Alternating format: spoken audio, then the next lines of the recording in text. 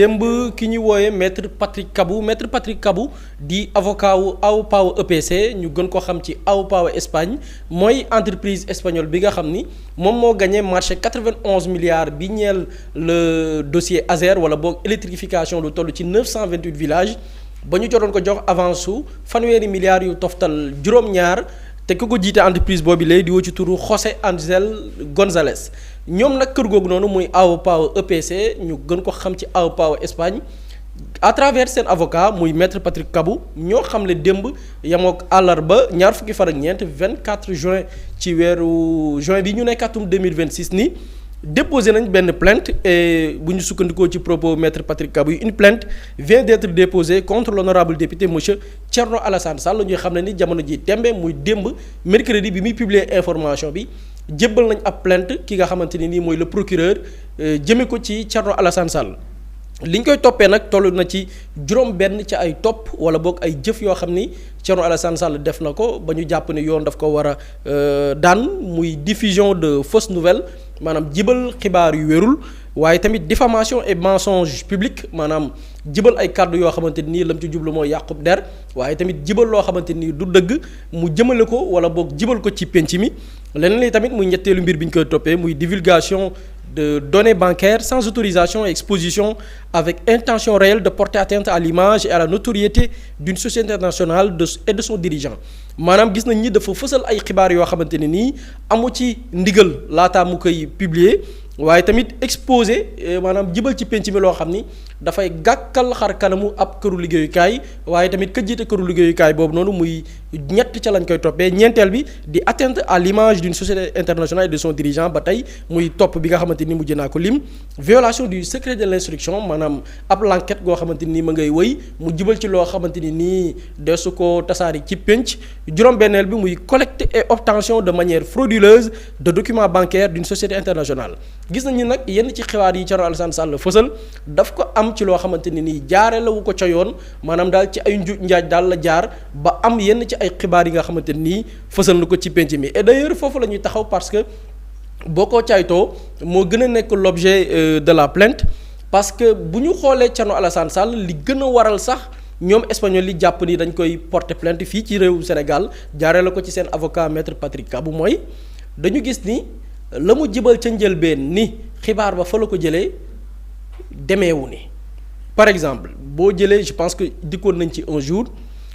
Thierno Alassane Sall bi muy def sa conférence de presse à travers son compte Facebook dafa joxe deux versions par la suite à travers version bi mu njëkk a joxe à travers un post Facebook ak beneen bi nga xamante nii après am na retournement de situation parce que le 11 juin bu ñu fàttalikoo ci guddi à 20h50 pile le Thierno Alassane Sall publié sur sa page Facebook ne j'ai reçu de la justice espagnole des documents exhaustifs relatifs aux transactions bancaires au cœur de l'affaire Aopao EPC Azer fii li ci am solo mooy dafa ne j'ai reçu de la justice espagnole jot naa xibaar yu jógee ci yoonu Espagne maanaam ñoom ñoo ma jébbal loxoog loxo la nga xamante ni nii mooy documents yi nga xam ni suba dinaa organiser aljuma conférence de presse parce que mi ngi ko publier jeudi ca ëllëg sa aljuma mu organiser conférence de presse lu tax ñu ne y a deux versions mooy dafa xëyaat ca suba ga 14 wala boog gannaaw suba ga parce que daf ko wax jeudi vendredi mu def conférence de presse bi mu defee conférence de presse waa section de recherche muy la gendarmerie woolu ko ne ko kaay jox ñu information yi nga yor comme que def nga say enquête biñ ko jébbalee convocation bi ba su dimanche 14 juin mu defaat beneen publication avant muy dem wuyu ji mu ne je me rendrai ce lundi à 16h à la section de recherche à leur demande dinaa dem suba altine bu 16h jotee ci section de recherche ci ñoom seenu càkkuteef maanaam ñoom ñoo ma woo pour jox leen élément yu bees yi nga xamante ne nii am naa ko reçu d'Espagne xibaar yu jógee Espagne biñ ko convoqué automatiquement Thierno Alassane Sall dafa changer version sa première version mooy la justice espagnole jox na ma des informations biñ ko convoqué nag au niveau de la section de recherche ne ko kaay comme ko am nga élément yu bees mu changer version ni reçu d'Espagne bu ñu nee reçu d'Espagne nag mooy nit mun naa taxawaalu ci mbedd Espagne yi forum kayit nit mun naa toog fii Sénégal ab nit nekk Espagne envoyé ko information nit mun na toog fii xëy na peut-être justice espagnole envoyé ko mais reçu d'Espagne mun na jugee ci ku ne justice espagnole ab nit kuy liggéey ci banque kenn xamul mais n'importe quelle source mën na la jox une information cela veut dire quoi dès la convocation Thierno Alassane Sall dafa li gars yi di wooyee langage mbedd yi rek dafa daw deuxième moo waral bi ñu ko convoqué ba pare dinaa ñëw lan moo bi ñu ko auditionné lan la wax ba mu génnee mu joxewaat beneen version bu bokkul ak justice espagnole ñoo ma jox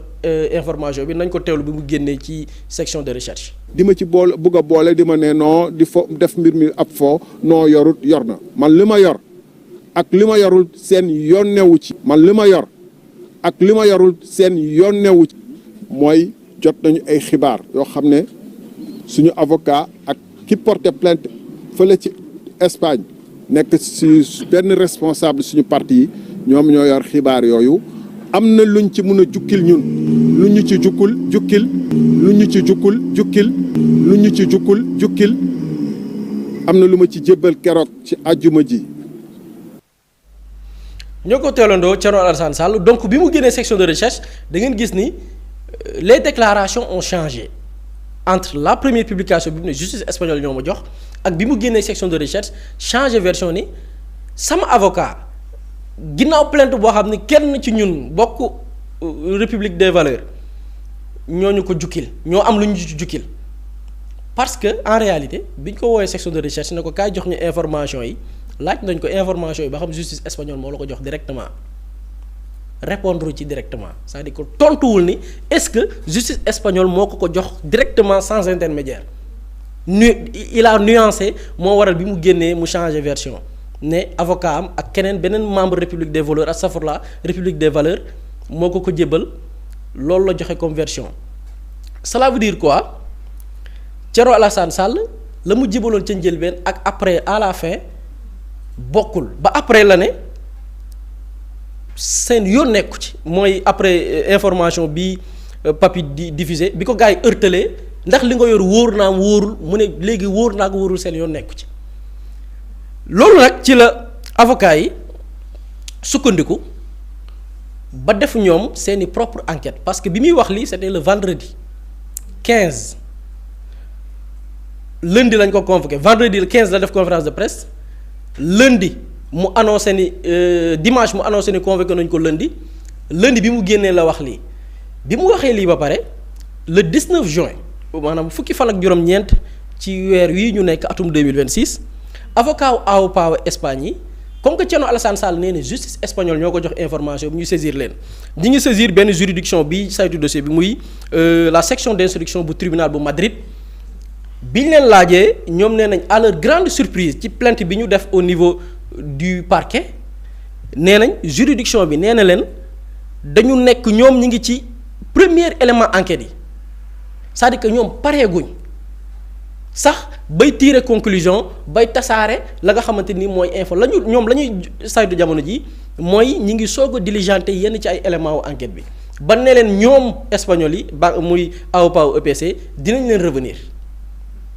loolu lañ jëlee ci information bi ba tax na bi ñu tukki jugee ci loolu ñoom ñu jàpp ni Thierno Alassane Sall li mu wax ni justice espagnole moo ko jox information bi direct du dëgg parce que c'est des données personnelles ba tax na ñu porter plainte au niveau du procureur de la République.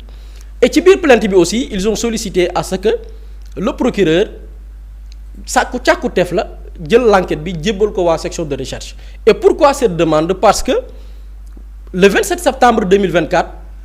ñoom espagnol yi njëkkoon nañoo def plainte ñu bari dañu yaakaar ni plainte Thierno Alassane Sall bi moo njëkk non le 17 septembre 2024 espagnol yi muy AOPAO EPC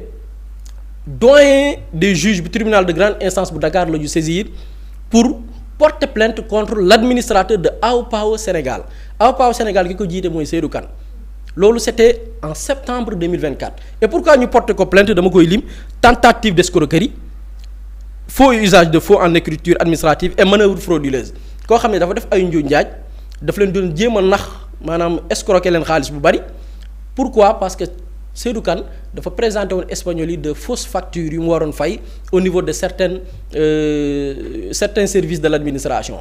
donc lii c'était en septembre 2024 bi plainte boobu demee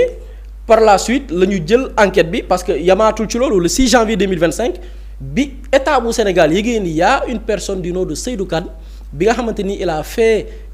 du faux usage de faux dañu dem saisir ñi nga xamante ni ñooy waa DIC muy division des investigations criminelles te ñi saisiroon mooy l'agent judiciaire de l'État parce que moom mooy défendre les intérêts économiques du Sénégal ci yenn juridictions yi dafa dem porter plainte au niveau de la DIC pour faux et usage de faux pour fausse quittance bi nga xam ni fan yi dégg ngeen pôle judiciaire financier génnoon ci benn communiqué donc Seydou Kane actuellement au niveau de la justice am na ñaari plainte yu ko fay xaar état du Sénégal par rapport ak fausse facture yi mu présenté espagnol dañ ko war a fay alors que c'est du faux bi ñu saisiré DCMP ak bi ñu saisiré le centre des services fiscaux bu Dakar Liberté nee nañ c'est des documents faux léegi bi loolu amee nag ba ñu dessaisir doyen des juges ci dossier bi pour nécessité enquête parquet jël dossier ba jébbal ko waa section de recherche ngir ñu mëne la nga xamante ne nii mooy enquête yi bi loolu amaatee aussi y avait une autre plainte déggoon ngeen ko fan yële le directeur de l'ASER actuel muy Jean-Michel Sène dossier bii ñuy wax li ci am nii lépp moom bi muy am fekk ko fi parce que décaissé wul Baba Diallo moo décaissé Baba Diallo bi muy décaissé vérifié wul ndax espagnol bi fay na les assurances ba pare Baba Diallo defu ko est-ce que dem nañ étude d'impact environnemental Baba Diallo defu ko loolu lépp nag préjudice bi tax loolu lépp yéex ci la ñu porté plainte Baba Diallo bi loolu amee nag ci la Thierno Alassane Sall moom nag moom defaat plainte moom octobre 2025 au niveau de la section de recherche bi mu defee section de recherche nag xam nga espagnol yi dañoo def plainte visé Kane Seydou Kane agent judiciaire de l'État def plainte contre Kane Seydou Kane parce que dañ ne bu dee préjudice am na ci wàllu usage du faux Seydou Kane moo ko def utiliser des documents de l'État présenté ko son partenaire espagnol Jean-Michel bi muy porté plainte kan la visé Baba Diallo directement l'ancien directeur de l'ASER bi nga xam ni moom moo nekk le responsable de ces décaissements mais Thierno Alassane Sall moom dafa ñëw visé X c'est-à-dire Thierno Alassane Sall xam na ki def faux usage de faux Thierno Alassane Sall xam na ki décaissé Thierno Alassane Sall xam na ñan la war a porter plainte mais dafa def plainte contre X au niveau de la section de recherche donc ñu gis ni dossier yooyu yëpp section de recherche mi ngi koy enquêter ba déglu nañ ci le directeur de l'ASER actuel muy Jean-Michel woon nañ ko laaj ko des éléments finalement ñoom la ñu sàkku ci seen plainte bi ñoom les avocats ou bien l'avocat de l'espagnol qui génn wax muy maître Patrick Kabou que procureur mën na jël enquête bi jébbal ko section de recherche pour que mu am jonction des dossiers pour que dossiers yooyu yëpp ñu boole ko ci même kuréel wala kër gi nga xam ne moo àngoo li nga xamante ni mooy l'enquête wi pour que mbir ma mën a leer ngir képp koo xam ne xëy na peut-être am na lu la ciy tudd itam boo amee ay firnde yoo xam ne war nga ko ci indi waa section de recherche atte ko leneen la cay topp nag mbir ma delluwaat ci procureur xoor la bi visé mbir ma dem ci juge ba keroog xëy na peut-être ñuy dem ci procès ngir leeral dossier bi ni mu demee donc loolu laal la ñu mën a jàpp ci tënk par rapport ak plainte bi nga xam ni waa AOPAO EPC muy espagnol yi José le fameux José def na ko contre Thierno Alassane Sall. jërëjëf Boury am na solo Pape Samba mu mel ni dossier lii di ASER tàmbali na di jur beneen tournure ci kii di Thierno Alassane Sall Boury mi ngi àddu léegi ci lu jëm ci division de fausses nouvelles ak yenn ci ay xibaar di ay données bancaires yoo xamante ni tasaare na ko mais tey ci wàllum yoon tey jii léegi lan moo ko mën a fekk ci mbir yu ni mel. xam nga Thierno ba mu génnee def sa conférence de presse ak yooyu waxoon nañ ni Thierno il avait pris un énorme risque. parce que lenn la def dafa jël ay données bancaires d'une société étrangère divulguer ko c'est-à-dire que divulguer ko naan xaalis bi dugg na ci compte bi dugg na ci compte bëli dugg na ci compte bi te Thierno normalement il peut même pas disposer de ces éléments parce que ce sont des éléments personnels de la banque ba pare moom mu dem jébbal ko nit ñiy seetaan nii sur l'espace public moo tax ba après il s'est défaussé ci benn waay bu nee na benn membre bu nekk seen parti foofu moom lañ jox éléments yi moo tax Thierno la veille mu ne il a reçu des éléments de la justice espagnole le jour J mu ne des éléments reçus de la de nouveaux éléments reçus d'Espagne parce que bëggatul tudd justice espagnole maanaam Thierno moom moo dugal boppam c'est-à-dire que wax ji moom dafa wax ba dugal boppam ci mbir mi léegi nag loolu danga naan à quelle fin parce que bu nit ñi seetloo la chronologie Thierno dès le début il attaquait principalement l'ASER sans pour autant nommer Jean-Michel Sène bu doon wax dafa doon wax ASER waa fu ñu dugal suñuy 37 milliards lii wag lii cursus bi daf ko doon teg uniquement sur l'ASER ba gars yi ne ko mais yow Thierno li nga am ci élément yëpp il faut porter plainte contre Jean-Michel Sène mais Thierno waxam bëriwul woon sax ci AOPAO EPC bëriwu ci woon après ba affaire yi évoluer ba gars yi génnee ni effectivement les deux factures c'est antérieur à l'arrivée de Jean-Michel Sène génnee la quittance de plus de 900 millions boo xamante ni c'était une fausse quittance bu gars yi dugal pour mën a def ay décaissement yooyu yëpp ba mu génnee léegi Thierno ne moom day placer curseur bi ci José looloo tax keroog ba ngeen ko gisee mu génn section de recherche mu teg affaire bi ci José léegi nag man Thierno démb bañ ko kiiwee ba pare bañ ko porter plainte ba pare Thierno dafa def publication sur sa page Facebook mu ne quand le vice porte plainte mu ne nos 37 milliards ont servi en partie à payer des honoraires d'avocats en Côte d'Ivoire et ailleurs mu ngi waxati ci 37 milliards yi fu mu jaar te pourtant nee na 37 milliards yi dafa disparaître moom kon xam na fu 37 milliards yi dugg donc Thierno waratul laaj sénégalais fan la suñuy 37 milliards nekk benn lan moo tax mu dugal ci des honoraires d'avocats en Côte d'Ivoire et ailleurs parce que maître Patrick Kabou moom moo dugal plainte bi xëy na moom lay viser pour wax ni peut-être 37 milliards yi maître Patrick Kabou ci lañ ko fayee muy benn mu ne il y a au Sénégal des vampires qui rêvent de prendre leur part du pactole disparu en s'autoproclamant représentant d'un fantôme qui fuit même la justice de son pays l'Espagne Thierno nag xam nga il aime utiliser des mots gros pour ne rien dire fii nee na il y a des vampires qui rêvent de prendre leur part du pactole au Sénégal qui sont ces vampires au Sénégal depuis le début du dossier est-ce que mës nga dégg Thierno Alassane Sall toog ne am na ñu nekk ci biir Sénégal ñoo xam ne dañoo bëgg lekk suñu xaalis nangam sangam mu ngi ciy doog wax ne il y a des vampires les vampires c'est qui Thierno comme xam na vampires yi nañu wax ñan la parce que 37 milliards yi ñor na ko ñun ñor nañu suñu xaalis la moom xam na fu 37 milliards yi nekk vampires yi bëgg jël suñu xaalis Thierno na leen identifier ñun ñëpp ñu jàppalandoo ko dem justice ne Thierno de vraiment en tant que député du peuple mu nangu ko ci maître El Hadj Diouf def na ay investigation ci Azer wax nañu suñu 37 milliards fu mu nekk muy beneen mu ne AOPAO dañuy daw seen justice mu ne AOPAO EPC sourde aux interpellations des citoyens ma ne waaw foofu AOPAO EPC sourde aux interpellations des citoyens mais moom ay interpellation depuis le début c'était au niveau de l'Azer AOPAO kañ lañ toog ba citoyens yi ne ñoom AOPAO la ñuy interpeller déedéet depuis le début ñoom lan la ñu nekkoon di jaay sénégalais Azer Gate bu fekkoon ne depuis le début AOPAO la nit ñi di dut baaraam dañu naan AOPAO Gate du ñu wax Azer Gate mais lan moo tax léegi Thierno bëgg génnee mbir mi ci Azer bëgg na léegi day xeex ak José maanaam bu njëkk ba Thierno Jean la doon xeexal léegi mu ngi xeex ak José nee na les citoyens quels citoyens yi kay dañ ne Thierno am nga ay éléments yu leer demal yóbbu justice identifie les personnes donc Thierno ba léegi vampires yi waxula ñan la citoyens yi interpellé AOPAO EPC man depuis le début de gisuma ko citoyen man ñoom dañ ne Azer na mbir mi leer ba nit ñi lan lañ doon wax sax confrontation entre Jean-Michel et Thierno muy deuxième Thierno mu ne comme AOPAO ils sont sourds aux interpellations des citoyens nous informe par son avocat avoir déposé une plainte une de plus cette fois-ci contre ma personne xam nga une de plus boobu Thierno il reconnaît implicitement que AOPAO EPC déposé woon nañ plainte parce que ñoom loolu dañ ko doon occulter depuis le début du dossier c'est AOPAO EPC moom moo déposé plainte contre AOPAO Sénégal ci dossier pour faux et usage de faux bu njëkk ba nag nangu wuñ ci wax Thierno ci biir texam bi nee na une de plus donc il y avait une plainte avant la plainte bi kay concerné ñoom petit à petit ñu ngi ñëw di dugal seen bopp nànk-nànk ne ko Thierno ñun dañ liñ ko waxoon dañ koy topp ba mu sës mu ne cette fois-ci contre ma personne tout en refusant de répondre à la justice espagnole mu ne pendant ce temps des compatriotes privés d'électricité vivent dans des conditions inhumaines mooy li ma la wax il veut utiliser des gros mots pour ne rien dire c'est-à-dire un grand contenant pour un contenu vide Thierno loolu lay def ci ay texam mu ne la justice sénégalaise devrait depuis longtemps mettre un terme à cette tragicomédie man foofoo ma intéressé nag parce que Thierno nee na justice sénégalaise depuis longtemps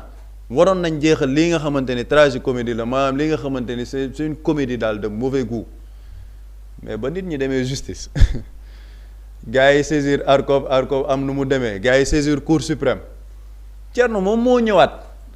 ne moom il interpelle le président de la République il interpelle nit ñi nekk ci dossier bi parce que Cour suprême li ñu bëgg def c'est contraire ak li nga xamante ne projet bi noonu la war a demee te de toute façon projet bi lu ci Cour suprême décidé sax du tax projet bi débloqué waa léegi Thierno mi ne woon moom ak lu mu Cour suprême mënti décider du tax suñu projet débloqué Thierno moom moo ñëwaat ne justice espagnole dafa war a jeex justice sénégalaise waroon na jeexal mbir mi mu yàgg ñu ne ko déet du jeex yow yaa dem porter plainte contre X xam nga yow boo demee porter plainte contre X ça veut dire que ay investigation day am ñuy continuer di xool mbir mi di xool affaire yi fu mu jaar ak fu mu jaarul parce que yow tu n'as pas identifié les personnes yi nga bëgg a topp demoo porter plainte contre AEPAO EPC porter woo plainte contre ASER da ngaa porter plainte contre X boobu justice sénégalaise dina ko wër léegi comment la justice day dem wëri ji X bi yow bi nga wax nga bëgg justice boobu tamit jeexal enquête bi déet enquête mënul jeex enquête bi kay jamono ji Thierno moom mënul jeex parce que entendre nañ la nga ne yow y a de nouveaux éléments de la justice espagnole gars yi porté la plainte nga ne dossier bi justice sénégalaise da ko war a jeexal mënul jeex parce que dossier bi faaw justice topp ko parce que X boobu faa mu leer te la prochaine fois Thierno xam nga tapage médiatique bii nii lii moo tax ñu ko doon wax Thierno ñun dañoo bokkoon ci ñu ko doon jàppal ne ko Thierno demal nga politique yi ci demal nga proposer programme aux Sénégalais jamono ji mag nga li la dese ci politique bëreetul consacrer le temps boobu ci débat d'idées mais bul jël xeexu jàmbur nga ni da nga koy angu Thierno léegi mënatul wax sax 37 milliards yi kan moo ko jël bu teyee mu ne 37 milliards yi keroog conférence de presse dafa ne 37 milliards yi moom il va dire aux Sénégalais fu ñu dugg génnee ay documents ne fii transaction fii 37 milliards yi fii la dugg Thierno moo ñëwaat ci texte démbam bi les 37 milliards qui sont disparus 37 milliards yi kay disparaître yow wax nga ñu fu mu ne léegi comme yow wax nga ñu fu mu ne ki nga xam ne moom nga incriminé nga ne yow moom moo luubal suñuy 37 milliards parce que keroog ba mu génnee section de recherche wax na ko dafa ne 37 milliards yooyu nga xamante ne entreprise espagnole bi moom moo ko retenir mu ne moom mi nga xamante ni député la état du Sénégal moo gënoon a am ay information pour topp mbir mi donc il y a peut-être sax benn ànd boo xamante ne état du Sénégal daf koy ànd ak xose pour bañ mbir mi leer xam nga Thierno am na ci élément yooyu noonu yépp moo tax dossier bi nag mënaguñ ko tëj c'est très simple li xew moo tax keroog ma junjoon ne Thierno bu affaire yi évoluer bu mu politiser sujet bi keroog junjoon nañ ko fi parce que c'était clair et net qu'il allait mais il y aurait une plainte contre Thierno Alassane Sall c'est-à-dire que li mu def amul droit def ko amul droit man mu ngi mel ne tey ma toog yow soxna Amina nga yore sa société di lëkkaloog buri yow maanaam yow yaay am sa société bu rëy état man ma toog fële Pape Samba Seye ma jël yow say élément bancaire u sa société yow dem ci presse bi ne leen xool leen lii def na transaction bi après nga ne lan parce que député nga non après yemoo ci loolu nga ne élément yooyu noonu yow justice espagnole ñoo la ko jox mais c'était clair qu'il y aurait une plainte léegi nag Thierno bu mu politiser sujet bi lii fausse information yi mu ci jox yëpp est-ce que njortoon na ni tey yëf yi ay plainte dina ko ci fekk. non yoon njortoon na ko parce que Thierno moo tax mu évoluer ci communication moo tax veille mu naan reçu d'Espagne mu naan reçu de la justice espagnole bañ ko yégee leen ni convoqué nañ section de recherche mu ne convoqué nañ ko dina dem wuyu ji à la demande de la section de recherche pour jox leen les éléments nouveaux reçus d'Espagne avant moo dem xam nga ñaari changement am na foofu. dafa ne woon justice espagnole après mu ne des éléments nouveaux reçus d'Espagne léegi ba Thierno génnee section de recherche Thierno waxatul sax reçu d'Espagne yooyu dafa ne moom daa am ku nekk seen parti ku nekk Espagne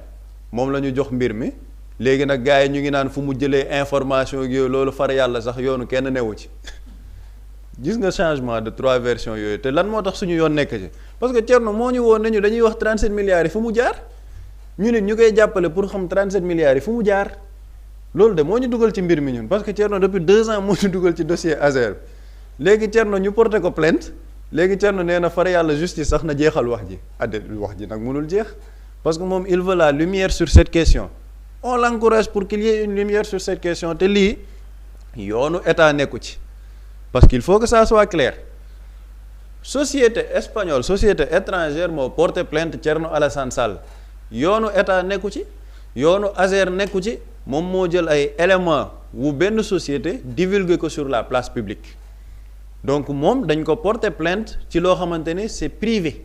li ñu ko porté plainte nii ça n'a rien à voir sax avec le dossier maanaam le cœur de l'ASER amul sax wàll moom daa dem jëlee ay éléments yoo xam ne waru ko am déjà benn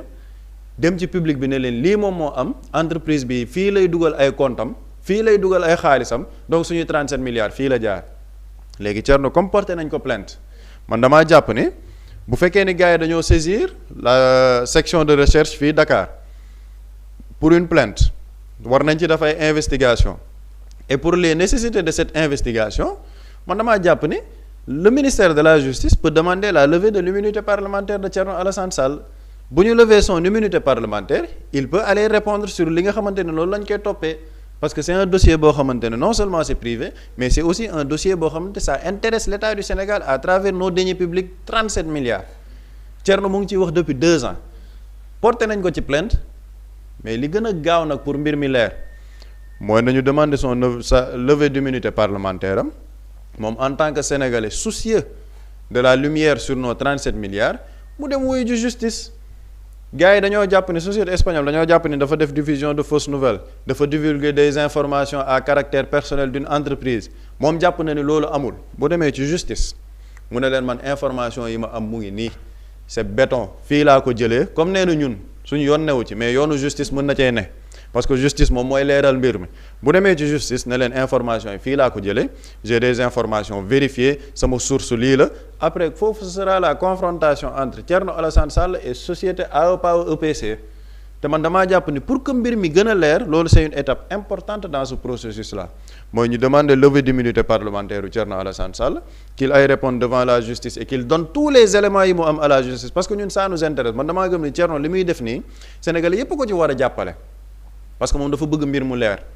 comme daf ñu woo depuis 2 ans pour mbir mu leer Thierno nag mënul ñëwaat di ñu woo naan ñu justice war na jeexal mbir mi justice mënagu ko jeexal parce que y a une plainte contre lui et y a une deuxième plainte boo xam ne moom moo ko initié visé X te X boobu nag il faut que les enquêteurs jéem a trouver X boobu kan la ce n'est pas une enquête facile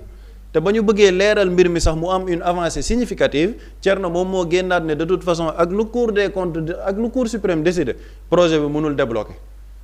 donc moom il faut qu'il soit cohérent ndax dafa bëgg projet bi dem ndax dafa bëgg affaire mi leer wala bëggul affaire mu leer léegi loolu yépp nag li koy leeral mooy suñ defee levée d'immunité parlementaire mu dem wuyu sénégalais yi dinañ ko gunge jàppale ko pour mbir mi gën a leer mu joxe éléments yi mu am fan la ko jëlee ñan ñoo ko jox